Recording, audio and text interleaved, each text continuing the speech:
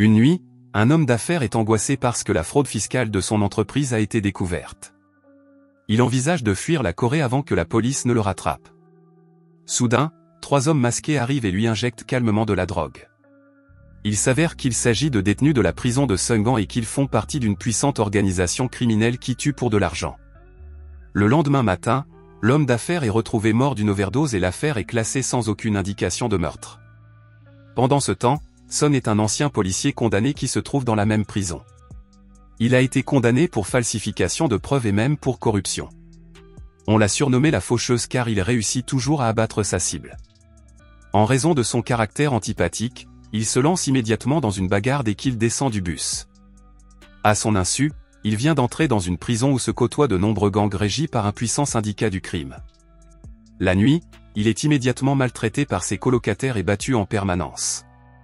Il s'avère que ses colocataires sont dirigés par Chang-gil, un chef de gang que Son a jeté dans la nature lorsqu'il était encore flic. Chang-gil pisse sur Son, mais ce dernier ne cesse de rire. Chang-gil ouvre le bâillon de Son et ce dernier lui mord le cou jusqu'au sang. Son prend Chang-gil en otage et demande une audience avec le directeur. Il rencontre ensuite le directeur et demande un traitement spécial, ce que le directeur refuse. Le gardien l'escorte vers la sortie, mais le syndicat du crime arrive pour soutenir le directeur. Pour la 2e fois cette nuit-là, il est battu et traîné dans une usine. C'est alors qu'Ikeo, le chef du syndicat du crime de la prison, sort et ordonne à ses hommes de couper le bras de Son. Au bout d'un certain temps, Son finit par céder et promet de suivre les règles du syndicat. Les hommes le relâchent et l'envoient à l'isolement en guise de punition. Pendant ce temps, Ikeo, le roi de la prison, jouit d'un traitement spécial. Il est connu pour son impitoyable capacité à manger les globes oculaires de ses ennemis. Ces méthodes impitoyables lui ont permis de devenir la personne la plus redoutée de la prison, avant même tous les gangs. En plus de ces méthodes, il a également gagné la confiance des autorités et des détenus en les soudoyant avec une partie de son argent sale. Le lendemain, les hommes de Chang-gil se retournent contre Son. Voyant cela, Ikeo arrive et leur ordonne de se battre en duel. Le duel commence. Son surprend Chang-gil et le jette à terre. Il lui donne ensuite un coup de pied dans la poitrine et lui assène le coup fatal, remportant ainsi la victoire. Finalement, il rejoint le gang et peut vivre une vie luxueuse en prison. Le lendemain, le directeur de la prison rencontre le client d'Ikeo pour lui remettre la récompense pour le meurtre de l'homme d'affaires. Il confie également au directeur de la prison la prochaine mission d'Ikeo, qu'il accepte à contre-cœur. Pendant ce temps, Son rencontre ses nouveaux colocataires, les hommes de main directe d'Ikeo qui exécutent les meurtres pour le compte du client. Avec les détails, ils planifient leur prochaine mission. Ils recrutent également un expert en explosifs d'une autre prison. En quelques minutes, ils s'introduisent dans le lieu ciblé, ouvrent le coffre-fort et volent quelques objets. Cependant, l'un des hommes de main parvient à s'échapper au cours de la mission. La nouvelle parvient au directeur de la prison, qui ordonne à ses hommes de le capturer immédiatement. Pour ne rien arranger, le directeur se rend à la prison pour une inspection impromptue. Il se sent immédiatement mal à l'aise avec Ikeo, qui est désigné comme un prisonnier modèle. Cependant, Ikeo résiste et projette de tuer le chef. Heureusement, Son soutient Ikeo et met fin à la tension, mais ce dernier est battu par les gardes. Avant de partir, le chef ordonne aux gardiens de tout nettoyer. L'incident fait qu'Ikeo se sent redevable à Son, et tous deux sortent pour manger le plat préféré de Son. Pendant le dîner, Ikeo est plus convaincu de la loyauté de Son et lui donne pour mission de capturer son homme de main qui s'est échappé lors de la mission précédente, en échange de 100 000 $. Le lendemain, Son commence sa mission. Grâce à ses talents d'ancien flic, il retrouve facilement le détenu évadé. Son sort de la voiture pour rejoindre le combat. Après un certain temps de course, Son le rattrape et l'assomme immédiatement. L'évadé est ramené en prison et Ikeo lui ordonne de se suicider. Son reçoit l'argent, mais se sent coupable d'avoir contribué à l'assassinat de l'évadé. Le lendemain, Son est nommé bras droit d'Ikeo. Ikeo apprend à Son de nombreuses choses pour survivre en prison et le convainc d'adhérer au syndicat. Pendant que Son fait le ménage, il aperçoit par hasard le directeur de la prison qui garde un secret dans son bureau et prévoit de le vérifier plus tard. Ensuite, Son et la bande profitent d'un barbecue. Malheureusement, il se heurte à Lee, l'ancien bras droit d'Ikeo, qui l'envie. Ikeo montre sa faveur à Son devant tout le monde en battant Lee. Chang-gil se rend compte du changement de Lee et l'invite à conspirer contre Ikeo, qui accepte à contre-cœur. Pendant ce temps, Song s'infiltre dans le bureau du directeur et découvre son secret.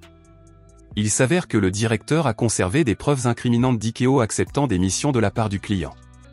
Sur l'une des cassettes, Song découvre que c'est Ikeo qui a tué son frère, parce qu'en tant que journaliste, il était trop proche du syndicat des prisonniers. Le lendemain, le client arrive à la prison pour discuter directement avec Ikeo de la prochaine mission. Song les espionne et remarque que Lee a quelque chose d'étrange.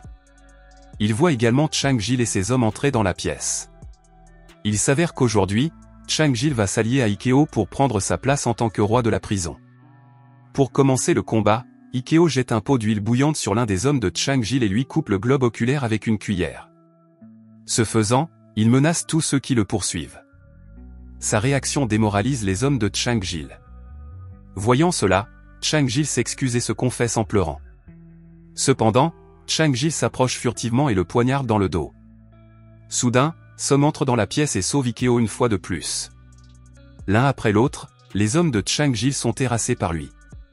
Alors qu'il est sur le point d'être poignardé, Ikeo le sauve et le combat est interrompu par l'arrivée des gardes. À l'infirmerie, Song se réveille et se souvient du passé. Il se souvient avoir vu le cadavre de son frère, tué par Ikeo. Cependant, la police n'avait pas les preuves nécessaires pour poursuivre Ikeo. Song a essayé de ressusciter d'anciennes affaires non résolues avec un alibi similaire, mais son supérieur a estimé que le scénario était trop vaste et a rejeté sa proposition. Il s'est donc rendu seul en prison pour rassembler des preuves et démasquer le syndicat d'Ikeo, ce qu'il a fait jusqu'à présent. Pendant ce temps, Chang-Jil est transféré dans un autre établissement. En chemin, les gardiens l'abandonnent quelque part. Soudain, un des hommes d'Ikeo l'écrase avec une voiture et l'emmène ailleurs pour l'exécuter. Dans la prison, Ikeo cherche le traître. Il soupçonne d'abord Song, mais Lee cède et supplie qu'on lui laisse la vie sauve. Ikeo ordonne à Song de couper le bras de Lee avec une tronçonneuse. En voyant cela, les hommes de main craignent et respectent de plus en plus Song. Cependant, à l'intérieur, Song craint que ses actions durant l'infiltration du syndicat ne changent sa véritable identité. Ikeo se rend compte que Song est hésitant et lui fait part de son objectif. Il envisage de prendre le contrôle de toutes les prisons de Corée et demande à Song de l'aider. Le lendemain, Song rencontre son supérieur à l'extérieur de la prison. Il lui remet l'un des registres du directeur et lui explique les conditions de détention. Song est déterminé à aller jusqu'au bout de sa mission pour se venger. Pendant ce temps, Wardan rencontre le chef. Ce dernier sait que Wardan a reçu de l'argent d'Ikeo et a l'intention de le découvrir. Wardan rencontre ensuite Ikeo pour le libérer de prison. Il le fait pour résoudre le problème qui relève de sa compétence. Cependant, la solution ne plaît pas à Ikeo.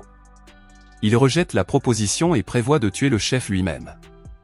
Une fois de plus, le syndicat se lance dans une mission de grande envergure. Cette fois, il tue le patron dans une fonderie.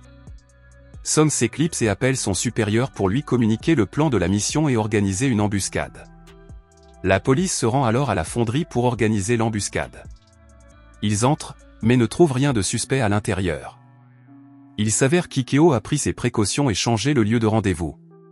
Ces hommes de main arrivent avec le chef dans un sac et le font broyer de la ferraille. De cette façon, Ikeo a tué le chef sans aucune preuve menant au syndicat. Pendant ce temps, le supérieur de Song reçoit l'ordre d'annuler la mission. Cependant, il ne veut pas abandonner Song et se lance dans une enquête personnelle. Sur le chemin du retour, Ikeo apprend l'existence de l'embuscade et envoie ses hommes à la poursuite de l'aîné de Song. Il le capture et Ikeo menace de le tuer si Song n'avoue pas. Song finit par céder et dévoile sa couverture. Il prévoit de prendre Ikeo en otage, mais ses hommes se précipitent et le battent immédiatement. Pendant ce temps, Wardan apprend l'existence de l'enquête policière et se rend compte qu'il a perdu son enregistrement. Il confronte Ikeo et ils s'affrontent. Cependant, il ne parvient pas à l'abattre et Ikeo réussit à s'emparer de l'arme. Il nomme un nouveau directeur et tue immédiatement le précédent. Ikeo ordonne ensuite à ses hommes d'utiliser Song comme bouc émissaire pour le meurtre du directeur. Ils veulent faire croire qu'il s'est suicidé. Il soulage Song, mais sa détermination à vivre est forte. L'un des hommes de main l'admire et l'aide à s'échapper. Au milieu du tumulte, Song bat les hommes de main l'un après l'autre. Puis il quitte la pièce pour se cacher. La prison est en alerte pour retrouver Song. Les gardiens fouillent la pièce un par un. Heureusement, un de ses anciens amis le cache et soigne sa blessure. Il se rend ensuite dans le bâtiment privé d'Ikeo et y met le feu. En quelques minutes, le feu se propage, alertant Ikeo et les gardes. Son apporte également une bonbonne de gaz et la fait exploser dans le camp de base d'Ikeo. Ensuite, tous les gardiens et les détenus travaillent ensemble pour éteindre le feu. Cependant, le feu est trop important et leurs efforts semblent vains. Soudain, Son se révèle et invite Ikeo à un duel. Ikeo saisit une barre de métal et accepte l'invitation. Le combat est féroce et tendu, les deux hommes se surpassant mutuellement. Au bout d'un certain temps, Son parvient à battre Ikeo et à l'humilier devant ses hommes. Pendant ce temps, à l'extérieur, la police, alertée par l'incendie, fait irruption dans la prison et l'envahit. Au sommet de la tour, Ikeo profite de la blessure de Son et la situation bascule à nouveau. Heureusement, la police prévient Ikeo qu'il doit se rendre. Cependant, Ikeo est consumé par son ambition et n'a pas l'intention de se rendre. Son le surprend et le bête en riant. Son prévoit de mettre fin à la vie d'Ikeo, mais son supérieur arrive et lui rappelle qui il est vraiment. Son épargne la vie d'Ikeo, mais celui-ci en profite pour le rouer de coups. Finalement, la police tire sur Ikeo et le tue. Son est soulagé de voir que le meurtrier de son frère a été détruit de ses propres mains. Le syndicat est démantelé et fera l'objet d'une enquête. Le client est également arrêté et toutes les affaires non résolues dont s'occupait Ikeo seront rouvertes. Cependant, Son devra purger une peine de prison pour les actes qu'il a commis en rejoignant le syndicat, ce qu'il accepte volontiers.